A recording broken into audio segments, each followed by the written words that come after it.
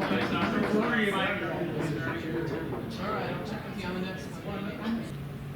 would say probably 80% of our calls, the fire truck isn't coming up. Obviously, I'm looking out the window on 114. It seems like 90% of the time. Oh yeah, yeah. Sometimes you'll see us a lot on the, especially because the highway's right here. Yeah. So you'll, of course, on the accident, the fire truck's coming. So totally it's about the other way. Yep. Yeah. Okay. And there's accessibility issues. You know, if we go a certain place, we have notes that we can see, like, hey, if you're going here to this room, this patient has some accessibility issues that may make it difficult for just two of us. They'll send the truck then too. Yeah, severity of the call is kind of what it depends on. What's up? Where's your station? So ours, where we're out of, is House 3, which is at Town and Country, Okay. Clayton and Mason, right Okay. across from Straub's. Yeah. And we have two other engine houses down off Manchester. We got one on the 270 side of Manchester, and then one on the 141 side of Manchester. Okay. So that's House 1 and House 2 down there. Is there any movement toward getting a fourth one? You know, it's been talked about, but the way our houses are situated right now, there really would be no benefit as far as response time, because the areas that we're in, we can get to any area in our district really, really quickly. There's really no benefit to the public as far as that goes.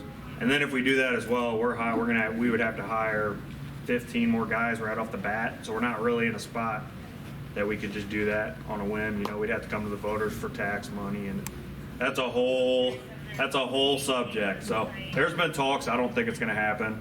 Okay. If it does, it would be far down the road. So, How many pieces of equipment do you have? oh gosh. Yeah. There's an ambulance at every house. Town and Country stations the ladder truck. House 2 is our heavy rescue truck. House 1 has a pumper there, and then it has some USAR boats, so if water rescue comes out, and that's like a regional resource. So if a water rescue comes out, let's say in Valley Park, then we'll send that resource down there. I'm trying to think what else. And we have backup ambulances. We have multiple backup fire trucks. Fire trucks, I think we have 6 or 7 total. Ambulances, we have 4. We're getting ready to get 2 new ones. We're getting ready to get a new ladder truck the end of this year. And then we have an air cascade on a trailer. So if we get a big event where we're pumping bottles down real quick, we have a whole trailer system for that. Brush truck, a little buggy on the brush truck if we need to get into any parks. Where do most of your calls That's come about from? it. In Town and Country, it would be since we cover a lot of nursing facilities, that's the bulk of our calls, and then a lot of commercials, so we go to like Maryville for dry cooking a lot, and stuff like that. Not the highway. We've been there once today already. Yeah, The highway's hit or miss, you know. Sometimes, last week we were there 4 or 5 times. This week, so far today we've only been there once, so just hit or miss. Never-ending supply. Never-ending supply. Yeah. That's right. Yep. So yeah, we cover basically where 141 crosses under 270, or 40, sorry.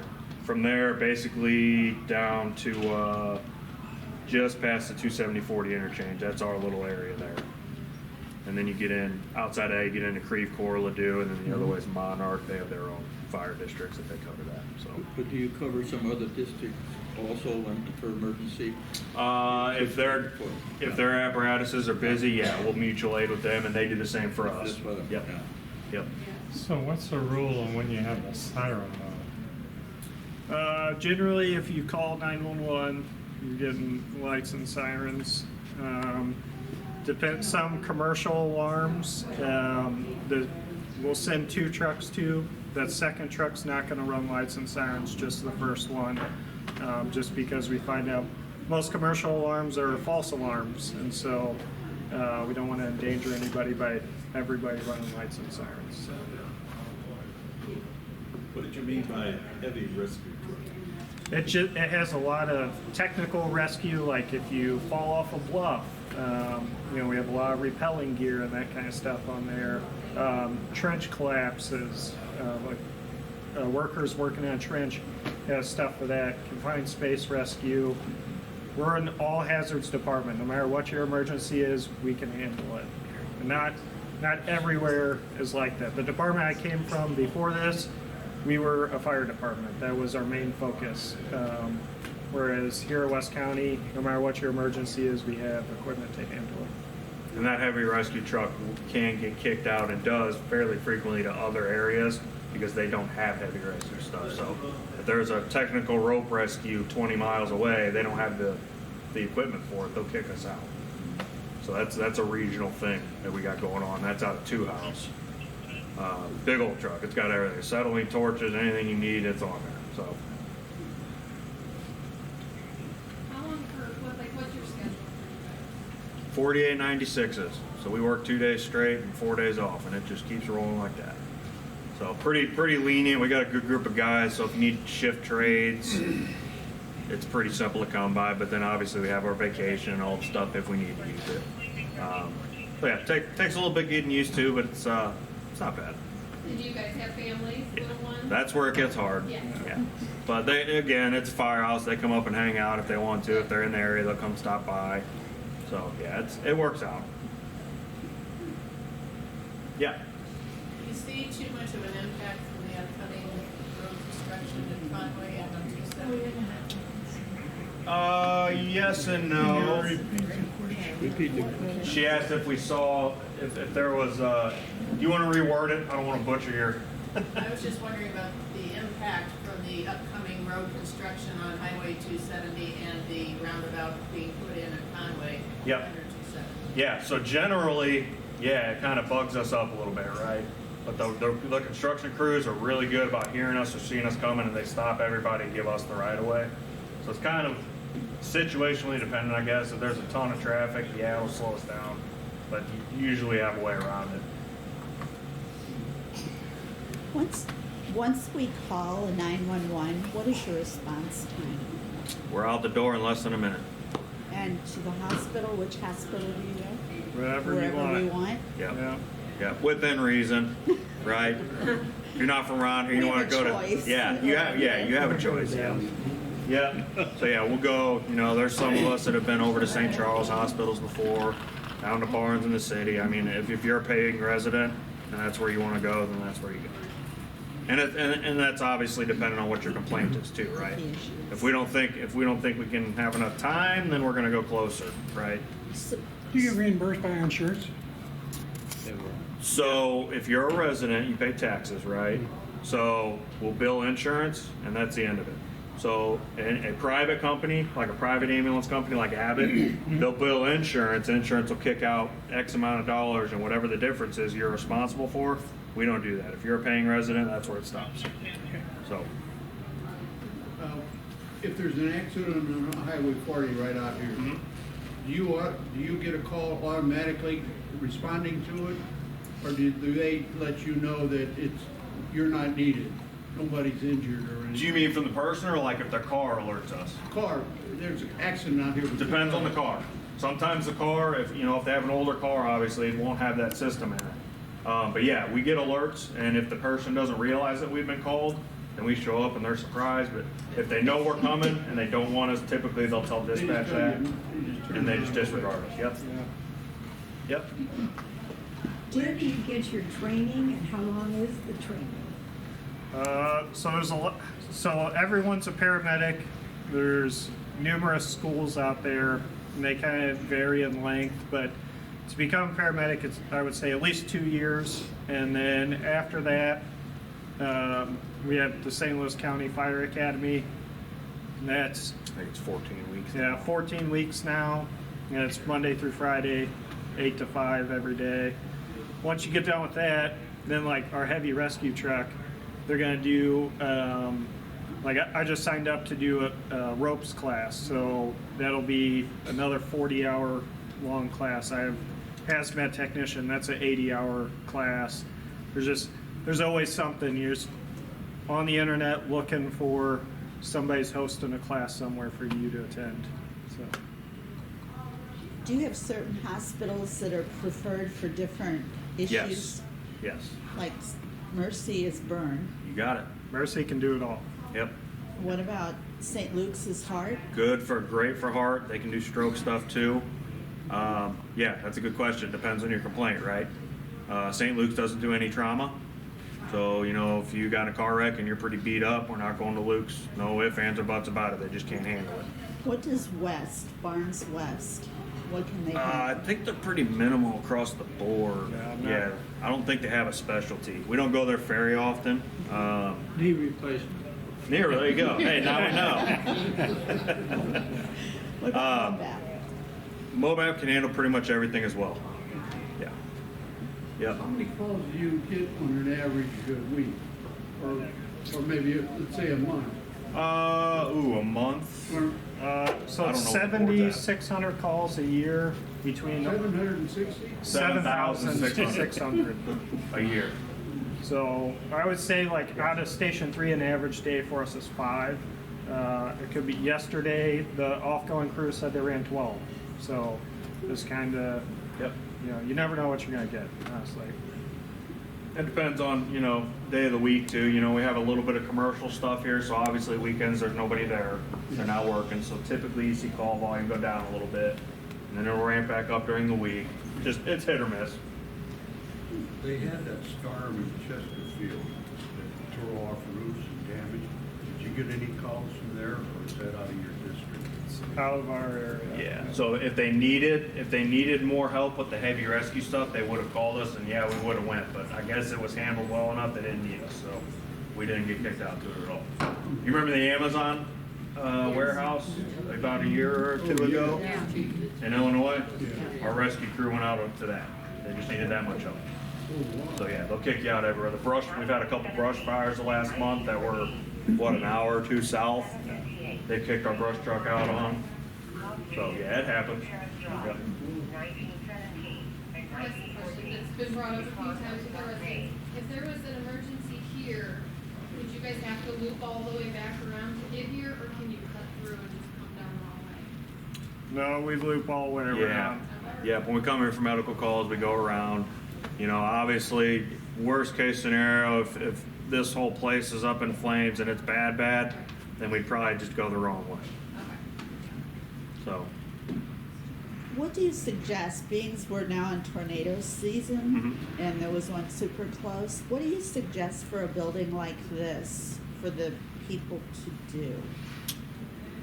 Do our elevators stop in a situation like that? If you lose power, they're definitely Yeah. going to stop. yeah, if you guys, but I would assume, you guys have a generator here?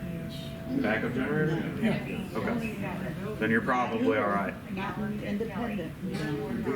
Who's elevator? It's only over there. So independent side sees none? One elevator brings you here. The elevator right here has one on it. Okay. Right, and it comes to here, right? This level? It doesn't go down to the other. But it doesn't go down, it goes to first floor, right? So that would be here, not lower level, which is us. Yeah, And then also our red plug fancy. right. You can get Yep. those. So yeah, you've got one over here then. So yeah, you'll have at least, it sounds like one elevator that'll run at Well, least. but- second floor, independent living, Okay. and first floor, independent living. When this goes straight through, that's third floor. Okay. So for us to get to the one emergency elevator, which is right here, we don't have Okay. access. Yeah, I would say with a tornado, it's like any other home. Interior, away from windows, as far in and low as you can get would be best. Okay. Or parking lot. Yeah, the parking garage you guys have here sits pretty low. It's down there. We know we've been in there a handful of times. That'd be a good spot too.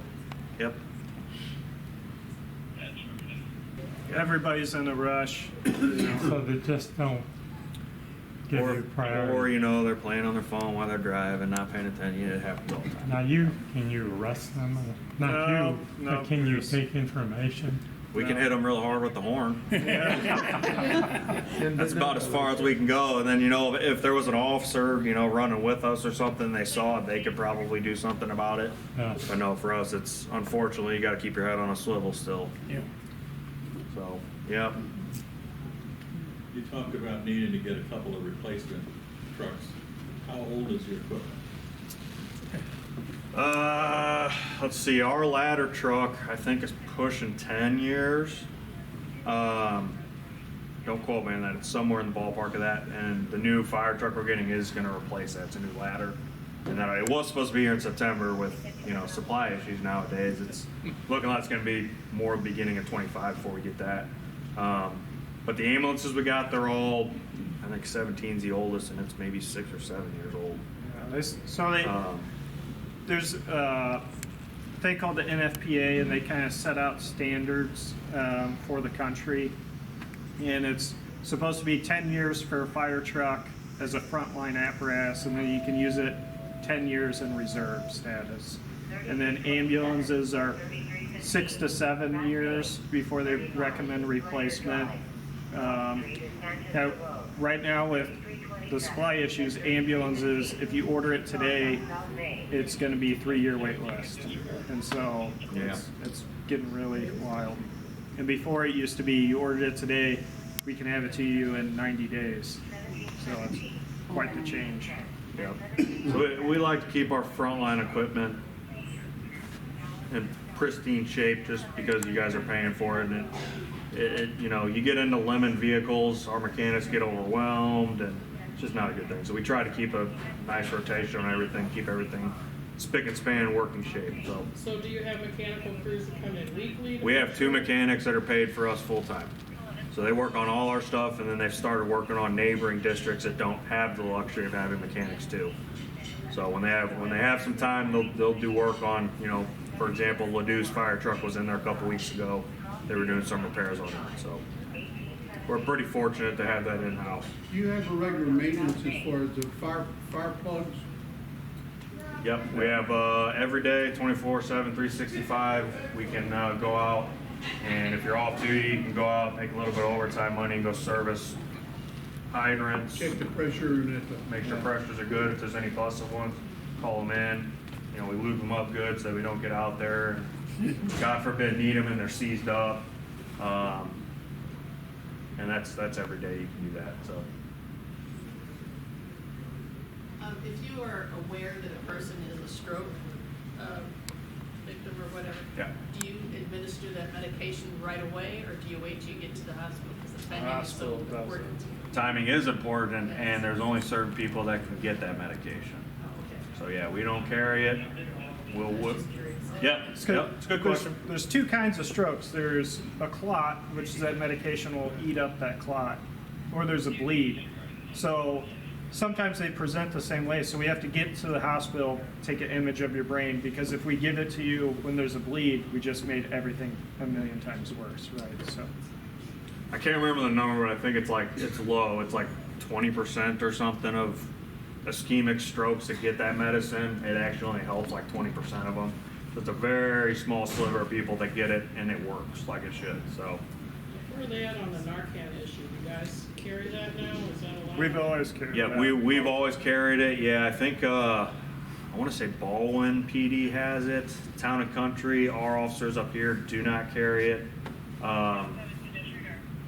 But we're not handing it out. Is that what you're asking? No, I was just wondering who had it. Okay, well, because there's some places that, unfortunately, if you call us and you have overdose, they give you Narcan, and then we leave them with some if they don't want to go to the hospital. We don't do it. So typically, we're transporting everybody that has that problem. So we carry a lot of medications. Yeah, a lot. Did you say Town and Country Police do not carry? They do not carry. Not right now. Yep. I don't know if they've looked into it. I don't know if it's something they just decided to not go for, because it does cost money. So I don't know. I don't know what the reasoning is behind that, or if they have plans in the future. It's hard to tell. But again, you're getting an ambulance anywhere in Town and Country. We can be at your doorstep in 3 or 4 minutes. So. What's the age range of the firemen? You have to be 18 to work, and we have guys on our crew that are pushing 60. We're forced out at 60. So at 60, we have to retire. So we've got it from 18 up. So we're pretty young. We had a lot of retirements.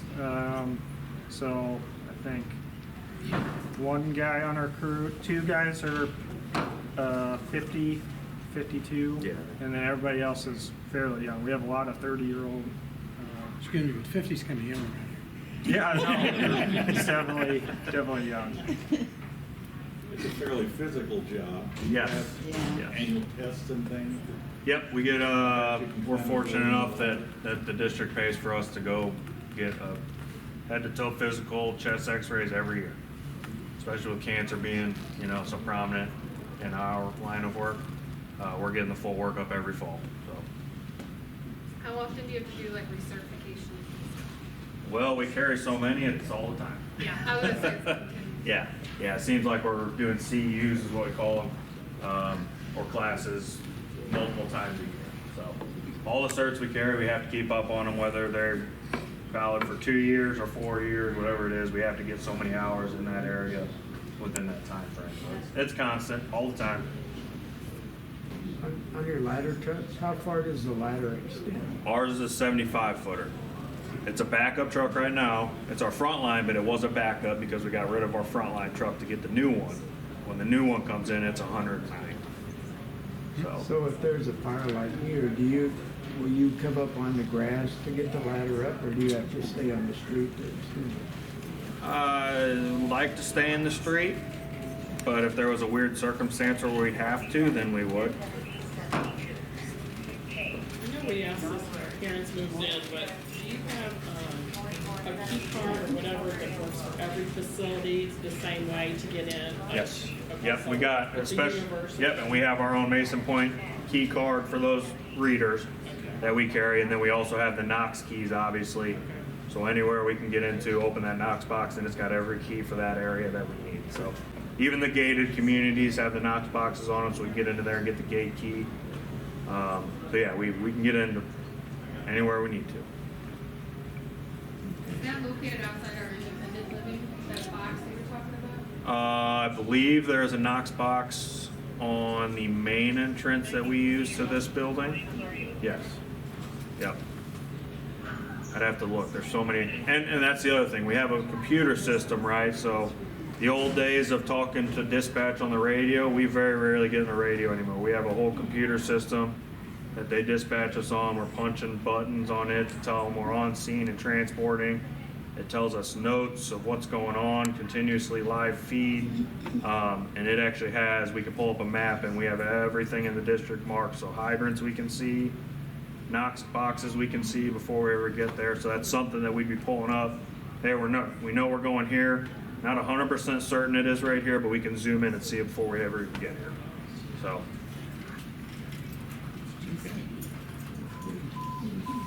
Yep. What else we got? Good questions. Thank you very much. Nobody? Thank you very much. There's those, some cookies. How about that? How about that? Thank you for coming. Is there? Something to the CO on here right now.